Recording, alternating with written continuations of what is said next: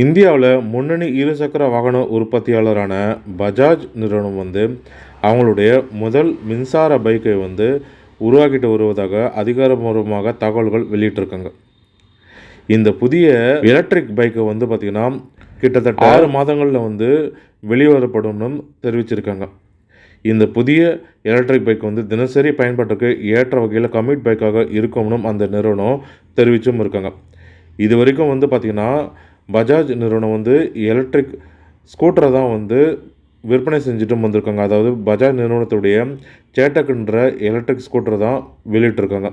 தற்பொழுது எலக்ட்ரிக் பைக்குமே இவங்க வெளியிடும் முயற்சியில் ஈடுபட்டுட்டும் இருக்காங்க. அடுத்த 6 மாதத்தில் இந்த பைக்கும் வெளிவரவும் இருக்குது.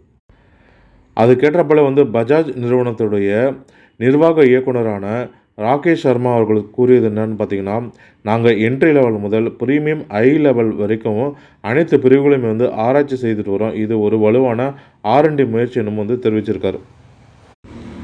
தற்போது வரைக்கும் பார்த்திங்கன்னா பஜாஜ், டிவிஎஸ், ஹீரோ இது போன்ற நிறுவனங்கள் அனைவருமே பார்த்திங்கன்னா ஸ்கூட்டரை மட்டும்தான் விற்பனை செஞ்சுட்டு வராங்க. ஆனால் பைக்கை விற்பனை செஞ்சுட்டு வரல. அதாவது எலக்ட்ரிக் ஸ்கூட்டரை மட்டும்தான் விற்பனை செஞ்சுட்டு வராங்க. இவங்க யாருமே பெரிய நிறுவனங்கள் யாருமே பார்த்திங்கன்னா எலக்ட்ரிக் பைக்கை யாருமே விற்பனை செஞ்சுட்டு வரல. இந்த பிரிவில் இன்னும் பெரிய அளவுக்கு நூல்னே சொல்லலாம். அதில் முதலாவதாக காலடி எடுத்து வச்சுருக்காங்க பஜாஜ் நிறுவனம் அவங்க.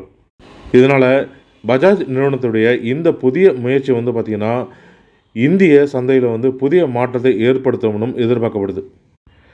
எலக்ட்ரிக் பைக் பொறுத்த வரைக்கும் இந்திய சந்தையில் சொல்லும்படியாக பார்த்திங்கன்னா ஓலாவோட ரோட் ஸ்டார் எக்ஸ் இருக்குது. அதே போல் ரிவோல்ட்டோட RV400 இருக்குது. அதே போல் அடுத்ததாக பார்த்திங்கன்னா ஓபன் ரோரோட EZ சிக்மா இருக்குது. அதே போல் மேட்டரா இது போன்ற சில மாடல்கள் மட்டுமே பார்த்திங்கன்னா மின்சார பைக்கை விற்பனை செஞ்சுட்டு போகிறாங்க. ஆனால் பஜாஜ் போன்ற பெரிய நிறுவனங்கள், நம்பிக்கை தகுந்த நிறுவனங்கள் இந்த துறையில் நுழையும்போது வாடிக்கையாளர்கள் அதிகமாக நம்பி இந்த பைக்கை வாங்குவாங்க.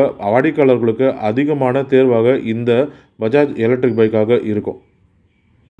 அது மட்டும் இல்லாமல் பஜாஜ் நிறுவனம் எலக்ட்ரிக் ஸ்கூட்டரான சேட்டக் EV மூலம் பெற்ற அனுபவத்தை பயன்படுத்தி மிக குறைந்த விலையில் அதிக பயனுள்ள மின்சார பைக்கை உருவாகும் நோக்கில் ஈடுபட்டு வருவதாக தகவல்களும் வெளியாகிருக்கு. இதனால் மிகவும் மகிழ்ச்சியான செய்தியாக இருக்கும். வாடிக்கையாளர்களுக்கு மிக குறைந்த விலையில் மின்சார பைக்கை அறிமுகப்படுத்துவது மிக பயனுள்ளதாக இருக்கும் வாடிக்கையாளர்களுக்கு மட்டும். இந்த புதிய மின்சார வாகனம் எலக்ட்ரிக் பைக்குன்ற பஜாஜ் நிறுவனத்துடைய எலக்ட்ரிக் பைக்குன்றது அடுத்த வருடம் 2026 மிடில் வெளிவரணும் எதிர்பார்க்கப்படுது.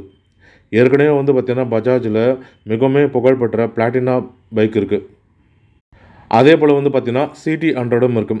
இந்த CT100 மாடல்களே பார்த்திங்கன்னா எலக்ட்ரிக் பைக் வரும்னு எதிர்பார்க்கப்படுது.